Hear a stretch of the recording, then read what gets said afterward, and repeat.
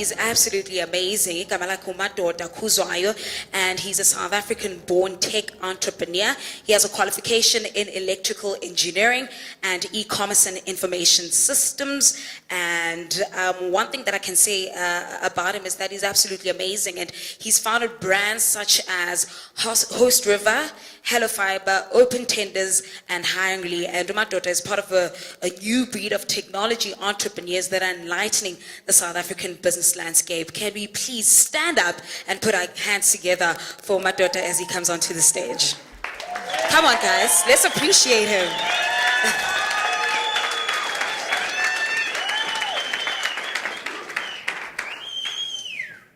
How you guys doing? How you guys doing? Who's inspired here? Who's inspired here? Okay, that's better, that's better. Thanks, bro, that was inspiring. I had tears in my eyes. Just listening to you, you'll be surprised. Entrepreneurs, our stories are so similar. And for some reason, I always believe that we all born to be great. It's really up to you whether you actually respond to that calling. I don't know, maybe I should say that again. Eh? We all born to be great. And it's up to you whether you respond to that calling. And sometimes the only way to solve the problems that we have is to stop becoming or participating in these problems. Come on, guys. Stop participating in the problem. You want to be hired? Create a job. Do you understand me? Now, just a little bit of background. I was born in the village. I didn't grow up in the township, but I was born in the village. And where I come from, in Mpangeni, in KZN, I grew up with no electricity, no water, no nothing, back in the days. When I was about 8 years old, my mother passed away, so I was raised by my grandmother. It was harsh in KZN at the times, IFP, ANC, things, for those who are old enough, will remember that. Back in 1992, I think when Mandela came out of prison, I was just a teenager at the time, it became really hectic. I remember I got sneaked out of the village, dressed like a girl. Okay, I was cute, so I looked like a girl. So I was sneaked out of the village, because it was so hectic at the time. A lot of my friends that I grew up with died, in the struggle. A lot of my family members died in the struggle. It was real and it was harsh. And my dad worked in the mines in Rodiport. It's Harmony now. It used to call JCI back in the days. Funny enough, billionaire Petrus Mutipe, great respect. He bought the company, and when he bought the company, I was like, what, I'm gonna be a billionaire. My dad used to work for that company, and that's why I'm hustling so hard. You know what I mean? Because you just gotta believe that. Now I came into where I'm in Rodiport, and then I did my high school in here. It was harsh. I remember I moved to Muhlakeng Township. I used to stay in the background and cooking just so I can actually be next to a school. It was really tough doing that, and come matric, I was one of the best students in the West Rand. I was in the papers and all of that stuff. Even the mayor gave me a pen, right? That's all I ever got. I remember it was a hall like this. We were being celebrated. I had no money to go to school. To further my studies at that time, and I had A's in maths and science. Straight A's, no wrong, like hard work. And that's how I was studying. Because the only way, and I don't know where it came from at that time, because I was really young, and I thought to myself, the only way out of this is education. I just gotta study. And at the time, I never thought of entrepreneurship. I just wanted to get a job, at the end of the day. And after getting my pen and I was sitting there, I had applied for bursaries, but I didn't get any replies. And I was sitting with my dad, and I was like, what we're gonna do is like, hey, Olwami, uhamba luphelela. At the time, I've tried, I earn 2,800 rands a month. There's 13 of you in this house. You're gonna have to start helping. Now, I had applied for a bursary, ESCOM, Megawatt Park. I decided I'm gonna take a taxi and go to Megawatt Park and find out where's my bursary. I went to ESCOM, ngafika reception, guys, I'm 18 years old. And ngafika reception, guys, inakama results, niyabona ma A's lana, and nga apply, but ngifuna esikolweni, what can I do? And the lady at the reception says, I'm gonna call HR. The lady from HR comes through and she says to me, "Are you sure you applied? Because we replied to everyone." I said, "Yes, I did." And she says, "Come here." And she opens up a storeroom full of boxes with applications from here to there, bruh. And she says to me, "If you can find your application form here, I'll give you a bursary." It was 10 a.m. in the morning. I went through those boxes, all of them. By 4:30 p.m., I found my application.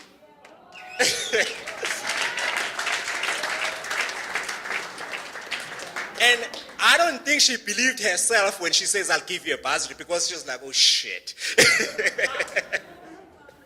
I really found it. And to cut the story short, they wrote a letter for me right there, but said, "Did you apply anywhere?" I said, "Yeah, I applied. Valley University of Technology had taken me, and then Bank Valley, accommodation paid, school fees paid, plus I think about 2,000 rands a month, pocket money at the time." Like, he's saying right, boss, And I went to school and I started electrical engineering. Now, my first semester, I went to a computer class. For the first time in my life, at Technicon, I was touching a computer. First time. School. I went to a computer class, at the time it was DOS, the screen was black, it didn't look so nice the way you guys have. And we were told to write our names. So name is Madoda, he has a keyboard, he has a mouse, and I'm wondering why is it called a mouse? And he has a screen here. And I put M on the keyboard. You're looking for the keyboard, you think it's gonna be A, B, C, D, and it goes like the way it goes. And I put M on the keyboard, and I got an M on the screen. Something happened spiritually at that point in time. I call it love at first touch. Because for the first time in my life, I realized that I had power in my hands to create.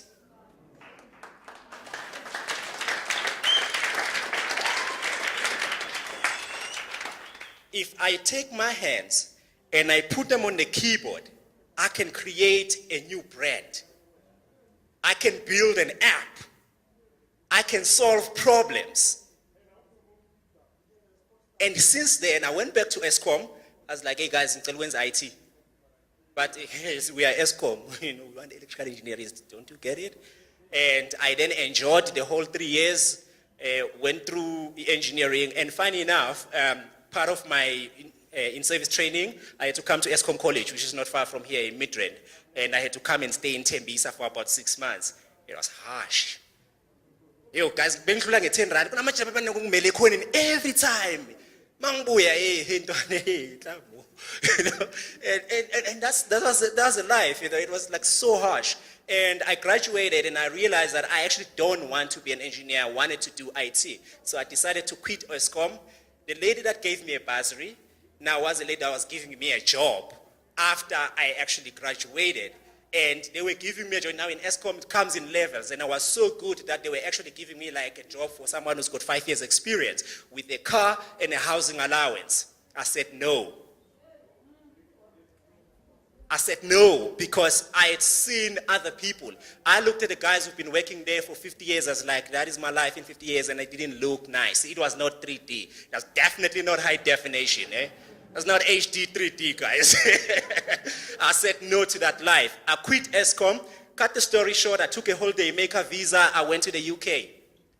I arrived in the UK with 70 pounds. The rand was 1 to 10 at the time. That's 700 rands. I landed in the UK at Heathrow. I didn't know anyone. All I knew that there was a job somewhere I was going to work. I didn't know what I was going to do. I started picking potatoes in the farm. That was my first job with my degree. I was picking potatoes for about 6 weeks. After 6 weeks, I moved. I got another job, security, at Marks and Spencer, Woolworths, as you call it here. I was standing there and like, hey guys, plastic to do, hey. Hey, check. And then next job I got was in Oxford Street, in retail. There's a shop called the Gadget Shop. It was very popular in the UK. All these fancy gadgets were working there, and then you're sitting there and Halle Berry walks in. I was like, what is that Halle Berry? But it was nice. And it was getting cold in London. At the time, and it's your first winter, and I was like, this thing is not working. The streets like ice and Christmas. And just to move forward, I decided I was going to move and work in a hotel. It was some advice that was given to me by some Afrikaans boy that I actually met, like he was from Pretoria. It's like, hey, dude, my first year, I worked in a hotel. You stay there for free, you eat for free, you work there, no transport. Le casa leli, it was never going to touch you. So I was like, okay, hotels. And I called a few hotels. There's a magazine called TNT where we used to look for jobs. Called a few hotels. It was Cambridge, it was Southampton, and then it was Oxford. And I chose Oxford for no other reason that I just knew there was an Oxford dictionary. Like, I didn't know it. I was like, Oxford dictionary. I still say Oxford, And I went to Oxford. Here's a miracle. Now, you never know how God plans your life. When I look back in every decision and everything that I've done, when I look back, it's like there was a hand that just directs me and put me from here to there, and I was not even aware. Because all of this is like it's planned before me. I just had to respond. Do you understand? And how much time I got left? Okay. Let's do this very quick. I take a bus called Oxford Tube. It's about an hour from London to Oxford. I land in Oxford, and then I move from one station to the other where I'm going to take a local bus that's going to take me to the hotel. When I stand on the bus station, now, it's malls, and just in the UK, you know how it looks like. Everything is just outside, high street and all of that. So behind me, there's a recruitment agency called Manpower, and they have jobs advertised. So I'm bored, and I'm waiting for a bus. I look at the time, it says 12 minutes. So I start looking at these jobs, and I see engineers required. Like, yeah, let me go in and ask. Like all entrepreneurs, guys, you do not have to wait for someone to invite you. Walk in. What Teboho was saying, walk in. Kick the doors and don't leave unless they give you what you want. Life responds to that.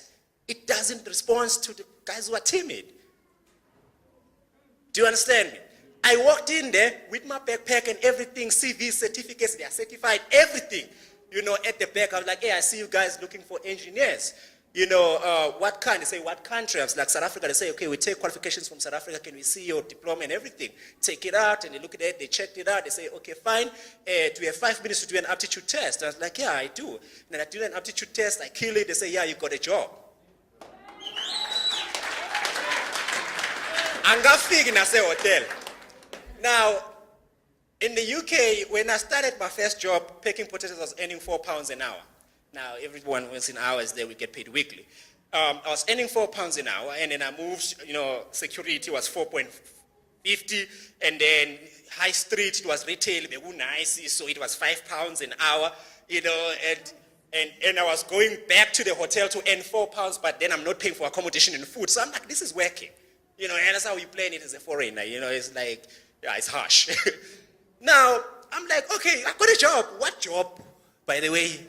I have no idea. And only to find out, BMW had just bought a plant from Rover to start the production of the Mini Cooper in Oxford, and they were looking for engineers because there's shortage of engineers at the time.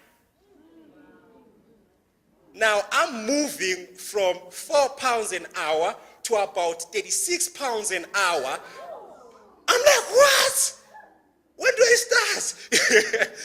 And at the time, you could choose shifts. So we were producing about 400 cars a day, and there were 3 shifts, each doing 8 hours during the week, Monday to Thursday. Or you could do a weekend shift, which would do 13 hours a day, Friday, Saturday, and Sunday. It was called the African shift. Because white people, English people watched football and drink on weekends. So they didn't actually work. So all the Africans were in there. Guys doing MBA in Oxford were in the production, CEOs from Kenya, from all these countries. We were in the production together and then doing cars while they're actually doing MBAs in there. Amazing stuff. And it changes you. I remember a guy that worked for me was a professor from Harvard. He had moved to Oxford, but he was actually doing this work that I was doing now, and just to actually, keep going at the time. So I said to them, look, guys, I'm going to start working, but I'm going to take the weekend shift. So I'm going to start on Friday. So I went to the hotel. I worked Monday to Thursday, and I started Friday. first week, ngaye BMW up until Sunday. I come back on Monday, I was like, dude, and in the image was a guy from Pretoria as well. There's just so many of them there. And it's like first week already, black people, so yeah, that kind of stuff. Keep my mouth shut, and then I stayed. I worked until Thursday. I was washing dishes with guys from Serbia who can't even speak English. It was hectic in that kitchen, And if you've worked in the kitchen, the chefs, like the dishes are just coming, wash, yes chef, yes chef, yes chef. Life was like, and they don't even know you have a qualification, because I tell you what, guys, nobody cares about your piece of paper. People care about the value that you add in their lives. And sometimes you have to be so humble in order to get to where you are. Jesus never healed anybody in Nazareth.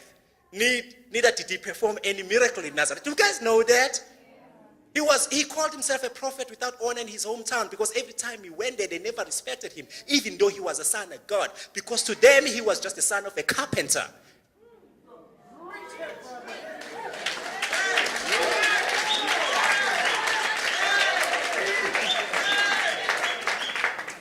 Do you understand me? When I was in that hotel, I was an engineer, I was qualified, and I was a billionaire already in my head. To them, I was just one of the guys who were just washing dishes.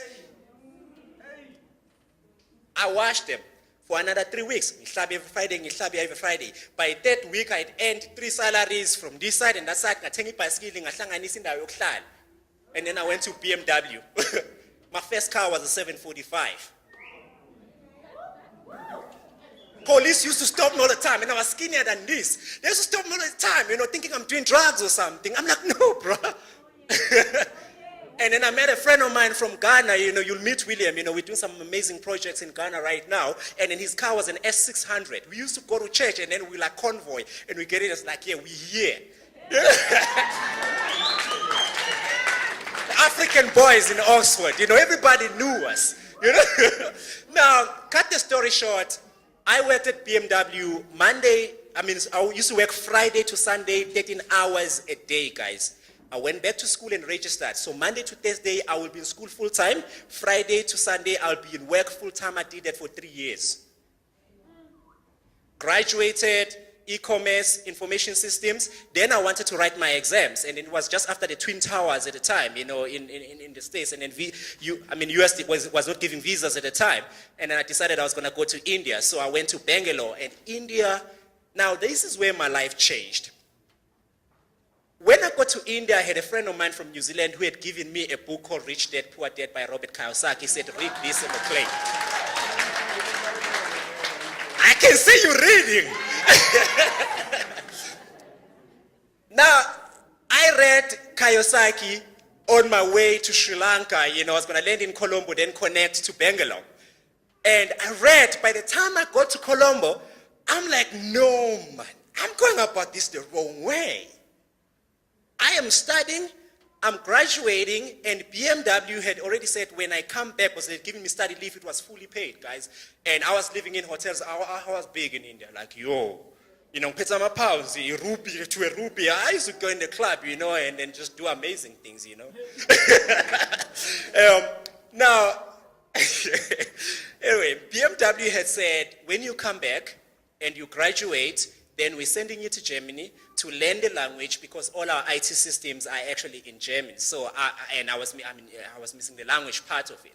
So I had my career kind of like, laid out in front of me. And by the time I got to India, I was like, no, man, this is wrong. I still went ahead. I started Linux, coding, and all the stuff that I was doing. And then I came back. When I came back, I resigned from BMW.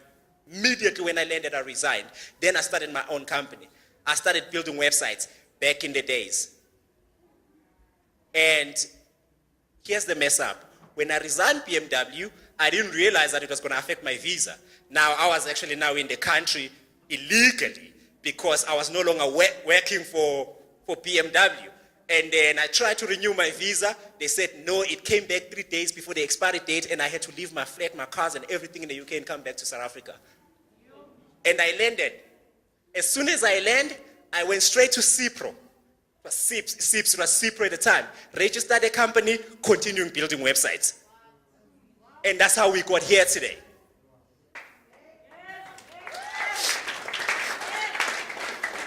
I didn't know what government is. National provincial, I didn't know, I had no clue what that was.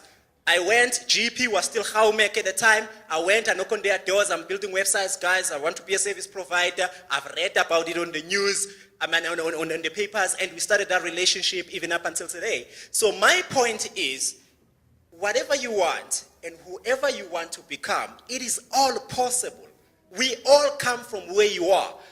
It's just the only thing that's going to stop you is that you actually don't believe you can do it. 2, you don't actually believe in yourself. You believe in everything else. You believe that God can actually bless me, but you're not willing to put your hands on it. Do you understand? And what helped me, brah, as I finished, probably going overseas, is that I started realizing that these kids from London, these kids from Silicon Valley, they were no better than me. Mark Zuckerberg is not better than me. I write the same code.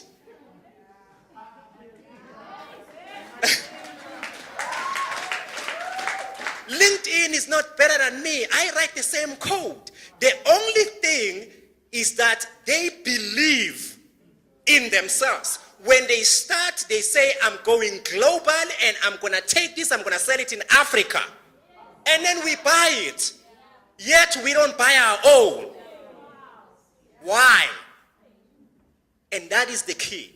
As this generation, if there's only one message that I can give to you today is that stop participating in the problems you're trying to solve.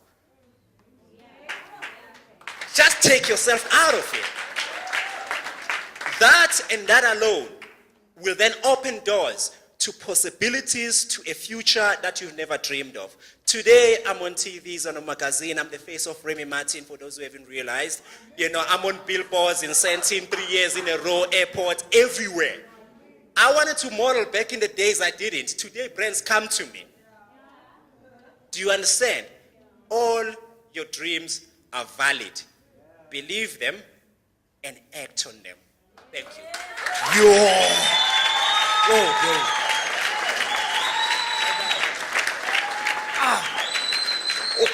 Joe, so you the guy? Yes, I'm that guy, yeah. There at Santon City, Remy. Yeah, that guy. Ay, madabrayaka. Wow, bro. Yeah, when I don't have bottles, though.